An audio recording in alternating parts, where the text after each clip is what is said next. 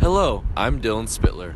And I'm Mike Guido. We're here to take you on a tour of one of the most dazzling locales in the world, the coral reefs. They're some of the world's oldest and most valuable ocean habitats. Some of the first ancestors to coral reefs were formed over 240 million years ago, and they served as homes to crazy species of dinosaur-looking fish just like they do nowadays. Coral has a wide range of functions for the oceanic ecosystem.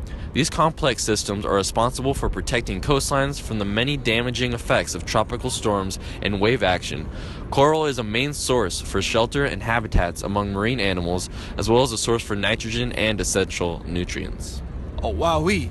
These living ecosystems are also substantial in the process of carbon fixing, nitrogen fixing, and nutrient recycling in the ocean. The fishing industry is also impacted positively because fish spawn in coral reefs, and a majority of them remain in the coral before swimming into the open sea, making the fish easily accessible. From this, the fishing industry thus impacts the economy in positive ways. For example, the Great Barrier Reef generates about $1.5 billion annually for the Australian economy from the fishing industry. The study of coral reefs is important for providing a clear record of climate change over the past million years or so. This includes records of recent major storms and human impacts that are recorded by the changes in coral growth patterns.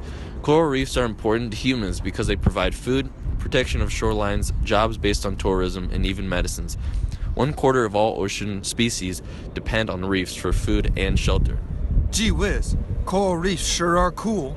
But did you know coral reefs are in danger of going away forever? That'd be awful. I know. In fact, ever since the Industrial Revolution, CO2 emissions from factories and cars have been changing the makeup of our atmosphere.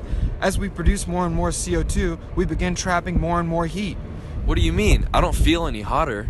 It doesn't work that way, stupid. Climate change takes place over a really long time. It's slow, but it has a big effect on the natural world.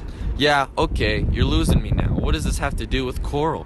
Well, coral is a very special type of creature because it is actually comprised of two different living things working in harmony. Oh, like yogurt. Not really. Coral itself is an animal, but is partnered with a special type of algae which lives inside it. The algae, like many other things, finds its home within the coral, and the coral needs this algae because it produces food. And the algae is actually also what gives it such awesome colors. That sounds pretty cool, but what does that have to do with climate change?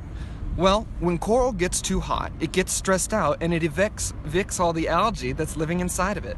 This is a process called coral bleaching. The coral becomes a sickly bone white color and starves to death in what is essentially a mass coral suicide. That's no good. No, not really.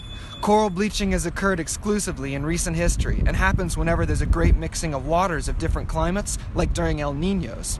2015 was an especially strong and long El Niño and resulted in the deaths of a lot of coral. And from what 2017 looks like, it's going to be even worse. Well, what can we do? It sounds like eventually all the coral and all those cool things they do are going to be gone forever soon. Think about it. 240 million years of development and evolution, and all the incredible things they might do in the future could be wiped out by a mere 100 years of human selfishness. That's exactly right. Is there anything we can do about it? Well, yes and no. There are already organizations set up to purchase and protect great coral reefs and ensure the longevity of their health. But if climate change doesn't slow down or turn around soon, there will be no protecting these incredible creatures.